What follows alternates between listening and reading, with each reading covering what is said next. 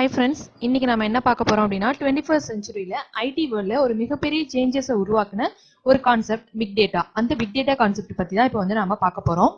So இந்த big data அப்படிங்கிறது என்னன்னு பார்த்தோம்னா லார்ஜ் அமௌண்ட் ஆஃப் டேட்டா வந்து ஸ்டோர் பண்றது தான். இதை எரிக் லார்சன் அப்படிங்கிறவர் 1989ல ஒரு மேகசின்ல ஒரு ஆர்டிகிளா இதை பத்தின கான்செப்டை எழுதியிருந்தாரு. ஸோ அதை வச்சுதான் ஃபர்தரா வந்து என்ன பண்ணியிருந்தாங்கன்னா இந்த கான்செப்ட் வந்து டெவலப் பண்ண ஆரம்பிச்சாங்க. ஃபர்ஸ்ட் எந்த மாதிரியான ஆர்கனைசேஷன்ஸ் இதை யூஸ் பண்ணாங்க ஆரம்பிச்சாங்க அப்படின்னா ஆன்லைன்லயும் அப்புறம் ஸ்டார்ட் அப் ஃபார்ம்ஸ்லாம் இருக்கு இல்லையா, ஸோ அந்த மாதிரியான இடத்துல தான் ஆரம்பிச்சாங்க. இப்போ எக்ஸாம்பிளுக்கு பார்த்தோம் அப்படின்னா கூகுள், ஈபே, லிங்க்டின், ஃபேஸ்புக் இந்த மாதிரியான கம்பெனிஸ் என்ன பண்ண ஆரம்பிச்சாங்க அப்படின்னா இந்த பிக் டேட்டா கான்செப்டை யூஸ் பண்ண ஆரம்பிச்சாங்க. எதுக்காக அப்படின்னு பார்த்தோம்னா அவங்க கிட்ட தான் என்ன இருந்துச்சுன்னா டேட்டா அப்படிங்கிறது லார்ஜ் அமௌண்டா இருந்தது. ஸோ அந்த லார்ஜ் அமௌண்ட் ஆஃப் டேட்டா எல்லாத்தையுமே நம்ம அவங்க பத்திரமா ஸ்டோர் பண்ணி வைக்கணும் அப்படிங்கிறதுக்காக இதை யூஸ் பண்ண ஆரம்பிச்சாங்க. ஸோ இப்போ இந்த பிக் டேட்டா அப்படிங்கிறது என்னன்னு பார்த்தோம்னா large amount of data beyond the storage and processing capabilities. அதாவது ஒரு சிங்கிள் மிஷினோட ப்ராசஸிங் கேப்பபிலிட்டி எவ்வளோ இருக்கு, அதோட ஸ்டோரேஜ் எவ்வளோ இருக்கோ அதை தாண்டி நம்ம வந்து ஒரு டேட்டாவை அதில் ஸ்டோர் பண்ணோம் அப்படின்னா அதுதான் பிக் டேட்டா அப்படின்னு சொல்றோம். ஸோ அந்த கான்செப்ட் தான் வந்து இப்போ நாம பிரீஃபா இங்க பார்க்க போறோம்.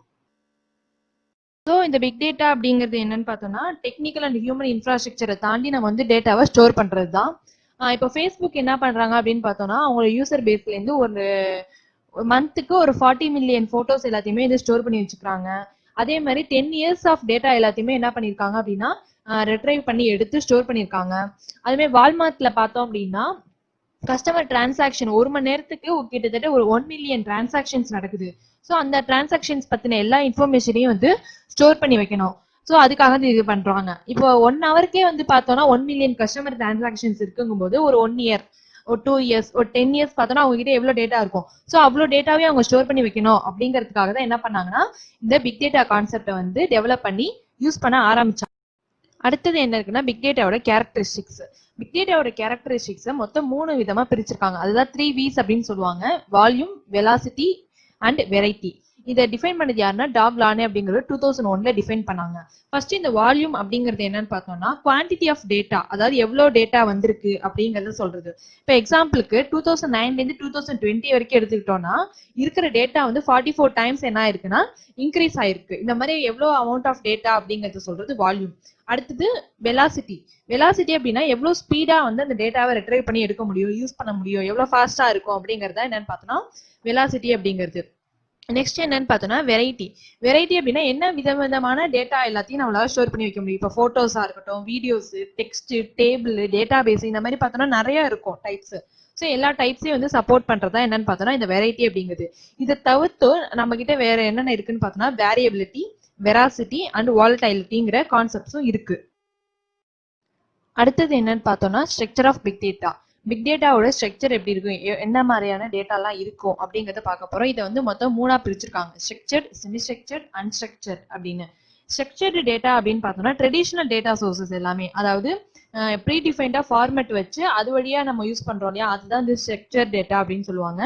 எக்ஸாம்பிளுக்கு பார்த்தோம் அப்படின்னா நம்ம யூஸ் பண்ணக்கூடிய ரிலேஷனல் டேபிள் டேட்டா பேசஸ் இருக்கும் இல்லையா, ஸோ அதெல்லாம் வந்து இதுக்குள்ள வரும்.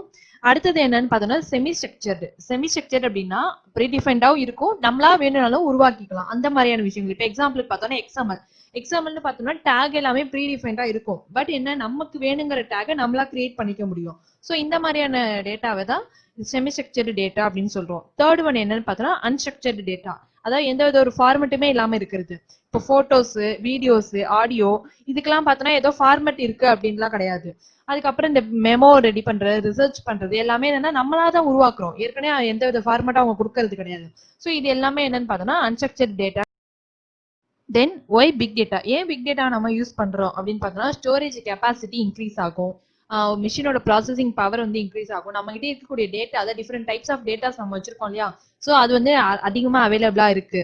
ஒரு நாளைக்கு பார்த்தோம் அப்படின்னா 2.5 குவிண்டிலியன் பைட்ஸ் ஆஃப் டேட்டா, அதாவது 2.5 அப்படி குவிண்டிலியன் பைட்ஸ்னா 25 × 10^18 அப்படின்னு சொல்லுவாங்க. ஸோ அந்த அளவுக்கான டேட்டா வந்து ஒரு நாளைக்கு வந்து ஜென்ரேட் ஆகுது. அதுக்கப்புறம் காம்படிட்டிவ் அட்வான்டேஜ் இருக்கு, பெட்டர் டெசிஷன்ஸ் வந்து நம்ம எடுக்கணும், மார்க்கெட்டிங் வந்து எஃபெக்டிவா இருக்கணும், கஸ்டமருக்கான சாட்டிஸ்ஃபேக்ஷன் இருக்கணும், ரெவன்யூ இன்க்ரீஸ் பண்ணணும். ஸோ இந்த மாதிரியான பர்பஸ்க்காக தான் நம்ம வந்து இந்த பிக் டேட்டா அப்படிங்கிற கான்செப்டை யூஸ் பண்ண ஆரம்பிச்சோம்.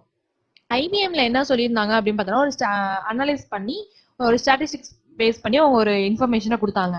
என்னன்னா இப்போ இருக்கக்கூடிய டேட்டா இருக்குல்ல, வேர்ல்டுல இருக்கக்கூடிய டேட்டா வந்து 90% ஆஃப் டேட்டா வந்து லாஸ்ட் 2 years தான் கிரியேட் ஆயிருக்கு அப்படிங்கிற ஒரு இன்ஃபர்மேஷன் வந்து ஐபிஎம் கிட்ட இருந்து நமக்கு கிடைச்சிருக்கு.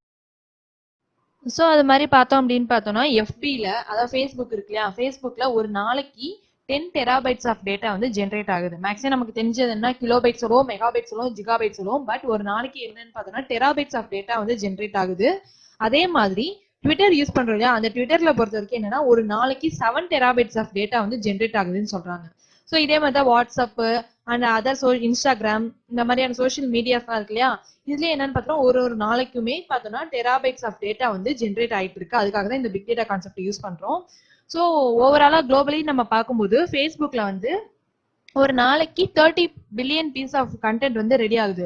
ஸோ அப்போ ஒரு நாளைக்கு எவ்வளவு டேட்டா அப்ராக்சிமேட்டா வருதுன்னா 30 பெட்டாபைட்ஸ் ஆஃப் டேட்டா. அங்க டெராபைட்ஸ் வந்து ஒரு நாளைக்கு நம்ம இதுல பார்த்தோம், பட் ஓவராலா வேர்ல்டுல பார்க்கும்போது 30 பெட்டாபைட்ஸ் வருது. அது மாதிரி ட்விட்டர்ல பார்க்கும்போது ஒரு நாளைக்கு 90 மில்லியன் ட்வீட்ஸ் வந்து வந்துட்டு இருக்கு. ஸோ இந்த டேட்டா எல்லாத்தையுமே என்ன பண்ணணும், நம்ம ஸ்டோர் பண்ணி வைக்கணும். ஸோ அதுக்கு தான் இந்த பிக் டேட்டா கான்செப்ட். இப்போ ஒரு நாளைக்கு ஒவ்வொரு கம்பெனிஸ்ல எவ்வளவு டேட்டா வருது அப்படின்னு பார்க்கலாம். இப்போ கூகுள்ல பார்த்தோம் அப்படின்னு பார்த்தோம்னா 20 பெட்டாபைட்ஸ் ஆஃப் டேட்டா. இது என்ன 2008ல வந்து அனலைஸ் பண்ணி எடுத்தது. பட் அதுக்கப்புறம் இப்போ எவ்வளவு டெவலப் ஆயிடுச்சு அப்படின்னு பார்த்தோம்னா ஒரு நாளைக்கு 45 பெட்டாபைட்ஸ் ஆஃப் டேட்டா அப்படிங்கிறது வந்திருக்கு. அதுமாதிரி வேபேக், ஃபேஸ்புக், ஈபே எல்லாத்துலயுமே பார்க்கும்போது நார்மலாவே பெட்டாபைட்ஸ் தான் கொடுத்துருக்காங்க. இது என்ன ஒவ்வொரு நாளைக்கும் வந்து அதோட கவுண்ட் அப்படிங்கிறது இன்க்ரீஸ் ஆயிட்டு இருக்கே தவிர்த்து நம்ம கிட்ட இந்த டேட்டா அப்படிங்கிறது குறையவே இல்லை இன்னி வரை. அடுத்தது நம்ம என்ன பார்க்க போறோம் அப்படின்னா layers of big data. Big டேட்டால எத்தனை லேயர்ஸ் இருக்கு அப்படின்னு பார்க்க போறோம். மொத்தம் இதை வந்து 4 லேயரா பிரிச்சிருக்காங்க. ஃபர்ஸ்ட் ஒன் என்னன்னு பார்த்தோம்னா டேட்டா சோர்ஸ் லேயர். சோர்ஸ் அப்படின்னால என்னன்னா ஒரு ஆரம்பம்னு சொல்லுவோம். ஸோ நமக்கு டேட்டா சோர்ஸ் அப்படிங்கும்போது டேட்டா எங்கேருந்து கிடைக்குது அப்படிங்கறத சொல்றது டேட்டா சோர்ஸ் லேயர். ஸோ எங்கெந்த இடத்துல இருந்தா நம்ம வந்து டேட்டா கலெக்ட் பண்றோம், எப்படி பண்றோம், அதாவது சேல் பண்றோம்னா sales record, customer database, feedback வாங்குறது, சோஷியல் மீடியால சேனல்ஸ்ல இருந்து எடுக்கிறது. ஸோ இந்த மாதிரியான சோர்சஸ் எல்லாமே சொல்றது இந்த data source layer. Second one என்னன்னு பார்த்தோம்னா டேட்டா ஸ்டோரேஜ் லேயர். இப்போ ஒன்ஸ் நம்ம டேட்டா எல்லாத்தையும் கலெக்ட் பண்ணிட்டோம்னா அந்த டேட்டா கலெக்ட் பண்ணதை ஒரு இடத்துல ஸ்டோர் பண்ணி வைப்போம். ஸோ அதுக்கு யூஸ் பண்றது இந்த டேட்டா ஸ்டோரேஜ் லேயர். இல்ல என்னன்னா ஹடூப் கான்செப்டை யூஸ் பண்றோம். அதாவது Hadoop data distributor file system அப்படிங்கிறது, அதாவது கூகுள் ஃபைல் சிஸ்டம். இதை யூஸ் பண்ணி நம்ம வந்து டேட்டா எல்லாத்தையும் ஸ்டோர் பண்றோம். ஸ்டோர் பண்றதுக்கு நம்ம யூஸ் பண்ணக்கூடிய டேட்டா பேஸ் என்னன்னு பார்த்தோம்னா Mongo DB, Cassandra, Dynamo DB அப்படிங்கிற டேட்டா பேசஸ். தேர்ட் லேயர் என்னன்னு பார்த்தோம்னா data processing or analysis layer. So data வந்து நம்ம கலெக்ட் பண்ணியாச்சு, ஸ்டோர் பண்ணியாச்சு. ஸோ ஸ்டோர் பண்ணி வச்சிருக்க டேட்டாவை ஏதோ ஒரு ப்ராசஸ் பண்ண போறோம். ஸோ அதுதான் என்னன்னு பார்த்தோம்னா இந்த data processing or analysis layer. இதுக்கு நம்ம என்ன பண்றோம் அப்படின்னா மேப் ரெடியூஸ் அப்படிங்கிற டூலை யூஸ் பண்ணிக்கிறோம். மேப் ரெடியூஸ் அப்படிங்கிற டூல் என்னன்னா மேப்பிங் ரெடியூசிங் சொல்லிட்டு 2 விதமான பர்ஃபார்மன்ஸ் பண்றதா இந்த மேப் ரெடியூஸ் டூல். ஸோ இதை நான் வந்து ஃபர்தரா தனியா இன்னொரு வீடியோல சொல்றேன் உங்களுக்கு பிரீஃபா. ஸோ இந்த டேட்டா ப்ராசஸிங்க்கு யூஸ் பண்ணக்கூடிய ஒரு டூல் அது. அதே சமயம் நம்ம ஹடூப் கான்செப்ட் யூஸ் பண்றோம் இல்லையா, அந்த ஹடூப் கான்செப்ட்ல இருக்கக்கூடிய அப்பாச்சி பிக், அப்பாச்சி ஹைவ் இந்த மாதிரியான டூல்ஸ் நம்ம என்ன பண்றோம்னா இந்த டேட்டா ப்ராசஸிங்காக யூஸ் பண்றோம். அடுத்து உள்ள லேயர் என்னன்னு பார்த்தோம்னா டேட்டா அவுட்புட் லேயர். ஸோ நம்ம ப்ராசஸ் பண்ணது நமக்கு கிடைக்கக்கூடிய அவுட்புட் என்னென்ன ஃபார்மேட்ல இருக்குன்னு சொல்றது இந்த டேட்டா அவுட்புட் லேயர். ஸோ நமக்கு வந்து அன்ஸ்ட்ரக்சர்ட் டேட்டாவும் இதுல இருக்கும். ஸோ நமக்கு அவுட்புட் அப்படிங்கிறது எப்படி கிடைக்கும்னா வீடியோஸ், ஆடியோஸ், சார்ட், ஸோ இந்த மாதிரி எந்த ஃபார்மேட்ல வேணுமோ நமக்கு அந்த ஃபார்மேட்ல நாம எடுத்து.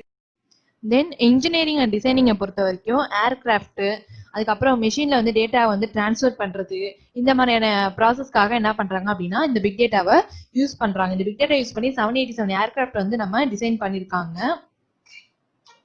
அடுத்தது பிக் டேட்டா அண்ட் கிளவுடை பொறுத்த வரைக்கும் பார்க்கும்போது கிளவுட் ஸ்டோரேஜ்க்காக அமேசான் சர்வர் கிட்ட இருந்து நம்ம வந்து கிளவுட் வாங்கி அதுல வந்து என்ன பண்ணிருக்காங்கன்னா லார்ஜ் அமௌண்ட் ஆஃப் டேட்டா வந்து அவங்க ஸ்டோர் பண்ணி வச்சிருக்காங்க. அண்ட் ஃபர்தரா இதை வந்து ப்ராசஸிங்கும் இதை யூஸ் பண்ணி பண்றாங்க. அண்ட் இதுக்கு பார்த்தோம் அப்படின்னா இன்டெல், ஜியான் இந்த ப்ராசஸர் எல்லாமே நம்ம யூஸ் பண்றோம். அடுத்து இ காமர்ஸை பொறுத்த வரைக்கும் டேட்டா எல்லாத்தையும் மல்டிபிள் சோர்சஸ்ல இருந்து கலெக்ட் பண்றது, ஸ்டோர் பண்றது, ஆர்கனைஸ் பண்றது, இதுக்காகவும் சிஆர்எம்காகவும் கஸ்டமர் ரிலேஷன் மேனேஜ்மெண்ட் இருக்கு இல்லையா, ஸோ இந்த மாதிரியான மேனேஜ்மெண்ட்டுக்காக நம்ம வந்து இந்த பிக் டேட்டா கான்செப்டை யூஸ் பண்றோம். இது அண்ட் அனாலிசிஸ் அண்ட் ஸ்டாட்டிஸ்டிக்ஸ்க்காகவும் இதை நம்ம யூஸ் பண்ணிட்டு இருக்கோம். தென் ஐடியில பொறுத்த வரைக்கும் இதோட இம்பாக்ட் எப்படி இருக்குன்னு பார்த்தோம்னா கப்பல் ஆஃப் இயர்ஸ்ல வந்து 1 lakh ஆஃப் டேட்டா வந்து தேவைப்பட்டிருக்கு. ஸோ அந்த டயத்துல வந்து இந்த பிக் டேட்டா தான் வந்து ஒரு பெரிய சப்போர்ட்டா வந்து இருந்திருக்கு. பை 2015ல வந்து 4.4 மில்லியன் ஐடி ஜாப்ஸ் வந்து பிக் டேட்டாலே இருந்திருக்கு. ஸோ இப்போ கரண்ட் இயர்ஸ்ல பார்க்கும்போது இதோட பர்பஸ் அப்படிங்கிறது இன்னும் இன்க்ரீஸ் ஆயிருக்கு. இந்தியாவை பொறுத்த வரைக்கும் ஒரு ஹியூஜ் மார்க்கெட் வந்து இந்த பிக் டேட்டாக்கு. அண்ட் கரண்ட் மார்க்கெட் சைஸை பொறுத்த வரைக்கும் பார்த்தோன்னா இதுக்கு $2 மில்லியன் வந்து இதுக்காக பிக் டேட்டாக்காகவே நம்ம வந்து இன்வெஸ்ட் பண்றாங்க. அண்ட் நிறைய விஷயத்துக்கு வந்து இந்த டிஜிட்டல் வேர்ல்டுல இதை வந்து யூஸ் பண்ண ஆரம்பிச்சாங்க. அதுவும் மெயினா பார்த்தோம்னா இந்தியால அதிகமா பிக் டேட்டாவோட யூசேஜ் அப்படிங்கிறது இருக்கு. தென் டாப் 10 கம்பெனிஸ் பிக் டேட்டாவால ரெவன்யூ எது கிடைச்சிருக்குன்னா IBM, Dell, Oracle, Microsoft, SAP இந்த மாதிரியான கம்பெனிஸ் எல்லாருக்குமே வந்து பார்த்தோம்னா இந்த பிக் டேட்டா கான்செப்ட்னால அதிகமா ரெவன்யூ அப்படிங்கிறது கிடைச்சிருக்கு. ஸோ ஃபைனலா இந்த பிக் டேட்டாவோட நமக்கு என்ன பெனிஃபிட்ஸ் இருக்கு அப்படின்னு பார்த்தோம்னா ப்ராசஸிங் மட்டும் இதை நம்ம யூஸ் பண்ணல, ஃபர்தரா வந்து வேர் ஹவுஸ்க்காகவும் இதை யூஸ் பண்றோம். ஹடூப் மாதிரியான டெக்னாலஜிஸ் வந்து இதில் யூஸ் பண்றதுனால இது ரொம்ப ஃபிளெக்சிபிளா இருக்கு. மேப் ரெடியூஸ், ஹைவ், இம்பாலா மாதிரியான டெக்னாலஜி யூஸ் பண்றதுனால இதை வந்து ஈஸியா எனேபிள் பண்ண முடியும், ரன் பண்ண முடியும். அப்புறம் பார்த்தோம்னா இது வந்து காஸ்ட் ரொம்ப அதிகமா கிடையாது, ஸோ ரெடியூஸ் ஆகும். அதே சமயம் ஃபாஸ்டா வந்து டேட்டாவை எல்லாத்தையும் ப்ராசஸ் பண்ணி டெசிஷன் எடுக்க முடியுது. டவுன் டைம் அப்படி அதாவது டவுன்லோட் பண்ண டைமிங் இருக்கு இல்லையா, ஸோ அதெல்லாம் வந்து நமக்கு குறைக்குது. ஸோ அந்த அளவுக்கு இது ரொம்ப ஃபாஸ்டரா இருக்கும். அண்ட் இதோட ஃபியூச்சர் அண்ட் இம்பார்ட்டன்ஸ் பார்த்தோம் அப்படின்னா மெக்கின்சே குளோபல் இன்ஸ்டியூட் என்ன சொல்லியிருக்காங்கன்னா 2009 to 20 வந்து 44 டைம்ஸ் இன்க்ரீஸ் ஆயிருக்குல்ல, அது எப்படி இருக்குன்னா ஒரு வருஷமே அதோட டேட்டாவோட வால்யூம் அப்படிங்கிறது 40% இன்க்ரீஸ் ஆகும்னு இருக்காங்க. அதே மாதிரி ஒரு இனோவேஷனான டெவலப்மெண்ட் வந்து இது கொடுக்க முடியுது. கஸ்டமருக்கு ஒரு ப்ராப்பர் சாட்டிஸ்ஃபேக்ஷன் இருக்கு, காம்படிட்டிவ் அட்வான்டேஜஸ் இருக்கு. அதே மாதிரி இதனால நியூ கஸ்டமர்ஸ் எல்லாமே வந்து என்னன்னா உள்ள வராங்க. ஸோ இது வந்து என்னன்னு பார்த்தோம்னா நமக்கு ஒரு பெரிய அட்வான்டேஜ். ஸோ இதோட அப்ளிகேஷன்ஸ் எங்கெல்லாம் இதை யூஸ் பண்றாங்க, இதுக்கு என்னென்ன டூல்ஸ் இருக்கு, அந்த டூல்ஸ் எப்படிலாம் யூஸ் பண்ணணும், என்னென்ன டெக்னாலஜிஸ் வந்து சப்போர்ட் பண்ணுது, இப்போ ரியல் வேர்ல்டுல இதை எங்க யூஸ் பண்றாங்க அப்படிங்கிற எல்லா விஷயத்தையும் நம்ம வந்து ஃபர்தரா வரக்கூடிய அடுத்தடுத்த வீடியோஸ்ல பார்க்கலாம். தேங்க்யூ.